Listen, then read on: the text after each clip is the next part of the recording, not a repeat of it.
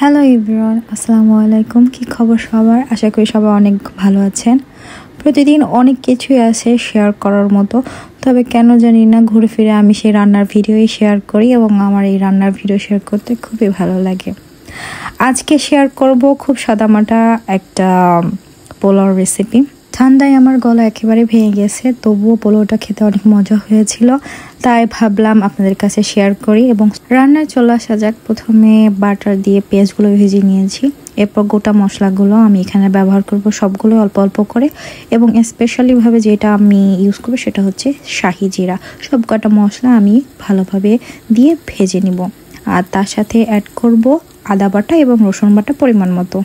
সবকটা মশলা থেকে যখন ভাজা ভাজা একটা ভাব চলে আসবে এবং মশলাগুলো থেকে প্রপার ঘ্রাণটা বের হয়ে আসবে, এই সময় ভিজিয়ে রাখবো আগে থেকে ভিজিয়ে ধুয়ে রাখা এবং পানি ঝরিয়ে রাখা চাল।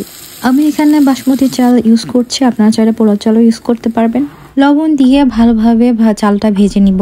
যখন দেখবেন চালটা ঝরঝরে এবং সাদা সাদাটা একটা ভাব চলে এসেছে এবং একটা শব্দ তৈরি হচ্ছে, তখন এখানে আমি ফুটন্ত গরম পানি দিয়ে দিব চালের ডবল। পানি দেওয়া হয়ে গেলে আমি কিছু মটরশুঁটি, কাঁচামরিচ এবং ব্ল্যাক পেপারও আমি ইউজ করব। ঝালটা ব্যালেন্স করার জন্য দিয়ে দিব খুবই সামান্য পরিমাণ চিনি।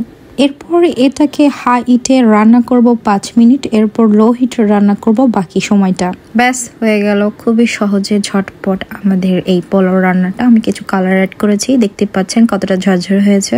আজকে এটা সার্ভ করছি কিছু স্টেক এবং কাবাবের সাথে। কাবাবগুলো অনেক মজার ছিল এবং পোলাওটাও খুবই মজার ছিল।